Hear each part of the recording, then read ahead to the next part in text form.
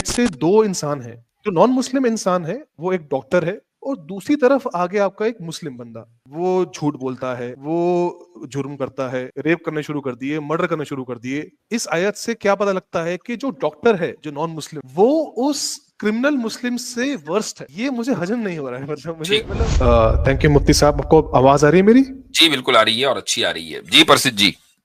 जी मुफ्ती साहब, धन्यवाद मुझे स्ट्रीम में लाने के लिए। मुफ्ती साहब, जैसे मैंने पिछली बार कहा था कि मैं कुरान मजीद का मैं पढ़ाई कर रहा हूँ और वक्त से वक्त मेरी जो समझ है वो आप जैसे आलिम की वजह से थोड़ी बढ़ती चली जा रही है, उसका आपका बहुत बहुत शुक्रिया है। बट मुफ्ती साहब, मुझे अभी भी एक अड़चन आ रही है जो मेरे जहन में थी, जो मुझे लगा कि आप ही उसका आंसर कर सकते हैं। तो मुझे कुरान मजीद की एक सूरा है, सूरा बयीना 98, उसकी आयत नंबर 6 पे अगर मैं देखूं तो उसमें मुझे पढ़ने को मिलता है कि those who disbelieved among the people of the scripture and the polytheists will be in the fire of hell, abiding eternally therein. Those are the worst of creatures. तो अब मुझे थोड़ा सा ना मेरे अंदर बहुत सी मतलब प्रश्न आ रहे हैं इस आयत को पढ़ के कि अगर जैसे मैं जिस माहौल में पढ़ा हूँ यहाँ पे, तो हमें तो ये सिखाया गया है कि हमें दूसरों की हेल्प करो, उनके बारे में अच्छा सोचो, उनकी मदद करो। तो अब जैसे अब आपको मैं मिसाल देता हूँ, जैसे लेट्स से दो इंसान हैं, एक मुस्लिम है और एक लेट्स से नॉन मुस्लिम है। जो नॉन मुस्लिम इंसान है वो एक डॉक्टर है और वो एक मुशरिक या लेट्स से एक हिंदू फैमिली में पैदा हुआ। तो वो अपने ऑब्वियस सी बात है, जो अपने जहाँ पे पैदा हुआ है उसकी रीति रिवाज फॉलो करेगा पैदा होते ही, और उसने उसके रीति रिवाज फॉलो किए, लेकिन एज अ डॉक्टर उसने अपना बहुत अच्छा अपना कर्तव्य निभाया और इतना अच्छा बंदा था कि ना वो किसी का बुरा सोचता, सबकी मदद करता और बहुत जगह पे मतलब चैरिटी भी करता, फ्री ऑफ सर्विस सबकी कभी कभार गरीबों की मदद करता। तो ऐसा दूसरों का अच्छा चाहने वाला, सबकी मदद करने वाला और मन में कोई बेईमानी नहीं, एक इंसान ये हो गया नॉन मुस्लिम, और दूसरी तरफ आगे आपका एक मुस्लिम बंदा।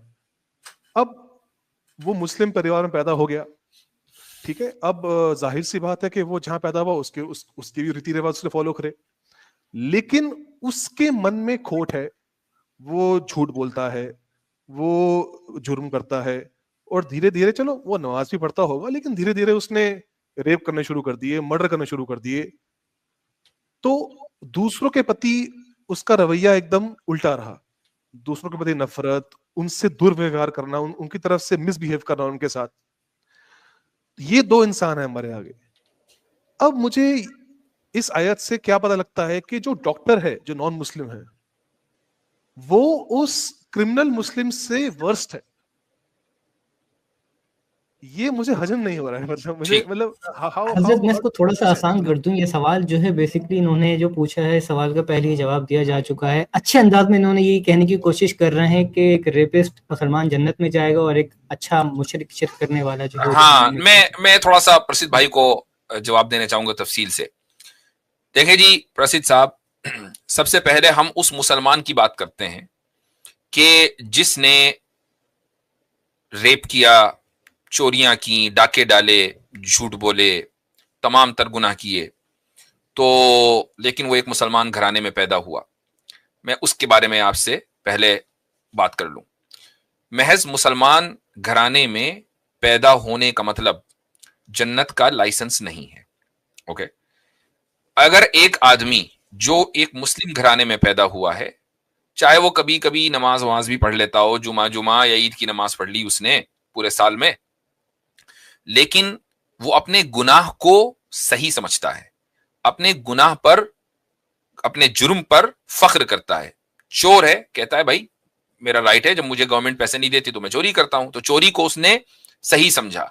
या मसलन रेप को करते वक्त या करने के बाद उसको कोई शर्मिंदगी नहीं होती है, वो सोचता है कि हाँ ठीक ही है, बिल्कुल क्या है। तो ऐसा शख्स तो मुसलमान ही नहीं है ना, क्योंकि जो चीज खुदा ने हराम करार दी है उसको हलाल समझना कुफ्र है। समझ में आया आपको?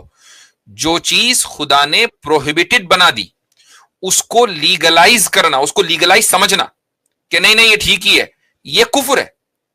ऐसा शख्स भी खुदा का मुनकिर है, खुदा का इंकार करने वाला है, और ऐसा शख्स जहन्नम में जाएगा हमेशा हमेश के लिए, वो भी वर्स्ट ऑफ द क्रीचर्स है।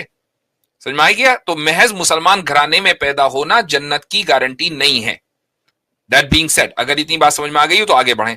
ये मुझे पता नहीं था इसके बारे में, मतलब चाहे वो ऊपर से नमाज पढ़ता। अब चलें, अब हम आगे बढ़ते हैं, अब हम आगे बढ़ते हैं। ऊपर से नमाज पढ़ता, आपने एक और मिसाल दी कि भाई एक गैर मुस्लिम है।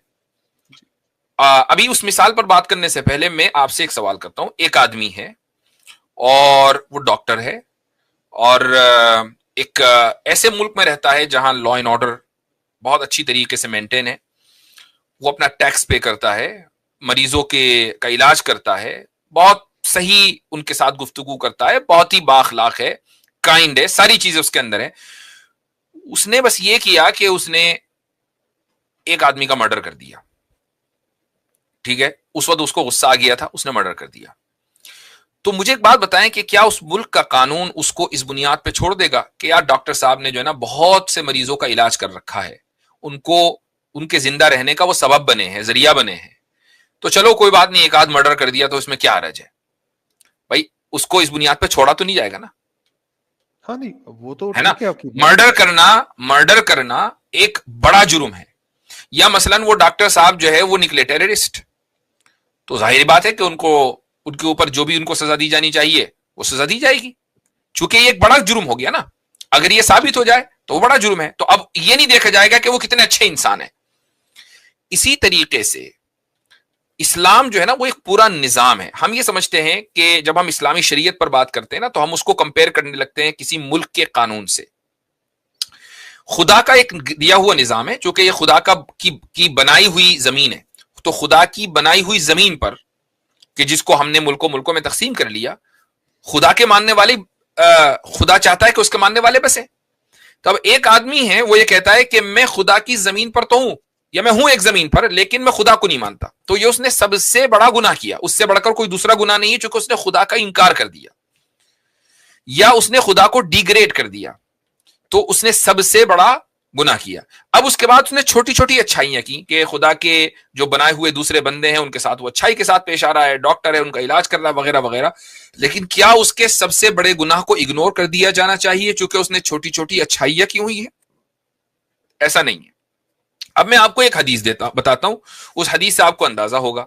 एक सहाबी आए रसूल अकरम सल्लल्लाहु अलैहि वसल्लम के पास और उन्होंने कहा कि या रसूल अल्लाह, मैं जो इस्लाम मैंने कबूल किया है उससे पहले, इस्लाम कबूल करने से पहले मैंने बहुत अच्छे अच्छे काम किए हैं, मैंने अपनी कम्युनिटी की हेल्प की है, मैंने मरीजों को का इलाज किया है, वगैरह वगैरह, मैं लोग बहुत चैरिटी देता था, तो ये सारे मैंने काम किए हैं।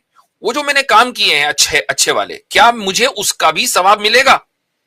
तो रसूलुल्लाह सल्लल्लाहु अलैहि वसल्लम ने फरमाया कि अस्लमता अला मा अस्लफ्ता मिन खैर।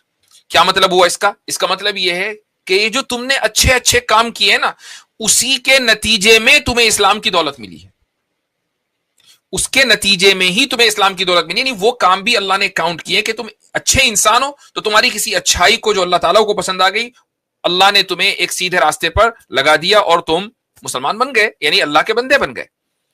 तो पॉइंट यह है कि अल्लाह के नजदीक कोई भी अमल रायगा नहीं जाता, यानी बेकार नहीं जाता। जो अच्छा काम है वो बेकार नहीं जाएगा, उसका फायदा या तो आपको दुनिया में होगा या उसका फायदा आखिरत में होगा किसी भी ना किसी हद तक। ठीक है, इस दुनिया में मान लीजिए एक आदमी बड़ा काइंड है, उसने लोगों की मदद की है, आप किसी का भी गैर मुस्लिम का नाम उठा के देख लें, वो इसलिए पूरी दुनिया में उसका नाम है, मसलन मदर टेरेसा। मदर टेरेसा मुसलमान तो थी नहीं, लेकिन उनके मरने के वक्त पूरी दुनिया ने सोग मनाया। उसमें बहुत से मुसलमान भी थे कि जो सोग मना रहे थे, यानी उनको अफसोस हुआ कि भाई मदर टेरेसा का इंतकाल हो गया। क्यों? इसलिए कि एक अच्छी खातून थी ना, यानी लोगों की नजर में उन्होंने बहुत मदद की। तो उनको जो दुनिया में फायदा होना था कि उनकी शोहरत हो गई, लोगों ने उनको अच्छा समझा, उनके मरने के बाद लोग उनकी तारीफ कर रहे हैं, तो उसका जो नकद नफा है वो उनको दुनिया में मिल गया। इस तरह के हर तरह के लोग हर मजहब के अंदर पाए जाते हैं। तो पॉइंट यह है कि کسی مذہب میں پیدا ہونا جنت میں جانے کی دلیل نہیں ہے, کسی مذہب میں پیدا ہونا جہنم میں جانے کی دلیل نہیں ہے. اصل یہ ہے کہ آپ خدا کے خلاف سب سے بڑا گناہ کر رہے ہیں یا سب سے بڑے گناہ سے بچ رہے ہیں. That will determine کہ آپ شر البریہ ہیں یا خیر البریہ ہیں, یعنی آپ worst of all creatures ہیں یا best of all creatures ہیں. جی جی ٹھیک ہے مفتی صاحب, مجھے یہ اس کا مجھے نہیں پتا تھا کہ جو مسلم گناہ کر رہا ہے اور وہ بھی کفر کر رہا ہے, یہ مجھے نہیں پتا تھا. اس کے جو گناہ کو صحیح سمجھ رہا ہے, میں دوبارہ اس کو تصحیح کر دوں اپنی بات کو, گناہ کرنے سے کافر نہیں ہوتا, گناہ کو صحیح سمجھنے سے کافر ہوتا ہے انسان. چاہے وہ نماز بھی پڑھ لے اس کے بعد تب بھی وہ قابل قبول نہیں ہے اس کا. مان لیجئے وہ نماز پڑھ لے اس کے بعد پھر گناہ کر لے اور اس کو صحیح سمجھے, یا نماز میں اس کو توبہ کی بھی توفیق نہیں ہو رہی ہے, وہ کہہ رہا ہے کہ ہاں جو رات کو میں جو کام کرتا ہوں نا لوٹ پھوٹ وہ بالکل ٹھیک ہے, اور دن میں نمازی ہے, تو اس کی نماز اس کے منہ پہ مار دی جائے گی. All right, okay okay okay, not make sense مفتی صاحب, یہ مجھے نہیں پتا تھا اور شکریہ, آپ نے کافی تفصیل سے اس کا جواب دیا. اور مفتی صاحب بس میں آپ کا زیادہ سمجھ نہیں لوں گا, ایک اور سوال تھا میرے ذہن میں. جیسے لیٹ سے کیونکہ میں تو نان مسلم میں کے ماحول میں ہی ہوں, لیکن لیٹ سے کوئی بندہ مسلم پریکٹسز میں آنا چاہے میرے جیسا کوئی, چلو لیٹ سے میں یہ میرے سوال میرے ذہن میں ہے, جیسے فار ایگزامپل ایک لڑکا تو چلو پھر بھی اپنے پریوار سے الگ ہو کے رہ سکتا ہے اور ایک اسلامی پریکٹسز میں جا سکتا ہے, پر محض کرو ایک لڑکی نان مسلم ہو جائے, پیدا ہی ہندو پریوار میں ہوئی ہے اور شروع ہی اس کے سارے ریلیٹیوز بھی ہندو, اس کے دوست بھی ہندو, تو لیٹ سے وہ ریورٹ ہونا چاہتی ہے اسلام میں, تو پھر وہ کیسے پریکٹیکلی وہ ایک اسلامک لائف جی سکتی ہے ان دیٹ انوائرمنٹ؟ مطلب وہ کسی ہاں یہ اس کا مجاہدہ ہے. مجاہدہ مطلب اسٹرگل. ہر ایک انسان کا کچھ نہ کچھ اسٹرگل ہوتا ہے. ہمارا جو ماحول ہے, ہمارا مطلب یہ کہ سب کانٹیننٹ میں عورتوں کے لیے ویسے بھی مشکلات ہوتی ہیں, یعنی جو اپرچونٹیز مردوں کے لیے وہ عورتوں کے لیے کم ہیں, اور اس کی وجہ سے ان کو اسٹرگل کرنا پڑتا ہے, خصوصاً اگر وہ اپنی زندگی میں کوئی ایسا اسٹینس لیں کہ جس میں جو ان کے پورے ماحول, معاشرے اور ان کی فیملی کے خلاف ہو, تو ان کے لیے بہت پریشانی ہوتی ہے. تو ایسے موقع پر یہی کہا جاتا ہے, یعنی جو اسلامی تعلیم ہے وہ کیا ہے کہ بھائی آپ کم سے کم دل سے تو مان لیں کہ ایک خدا ہے اور اسی کی عبادت ہوگی, رسول اکرم صلی اللہ علیہ وسلم اللہ کے آخری رسول ہیں.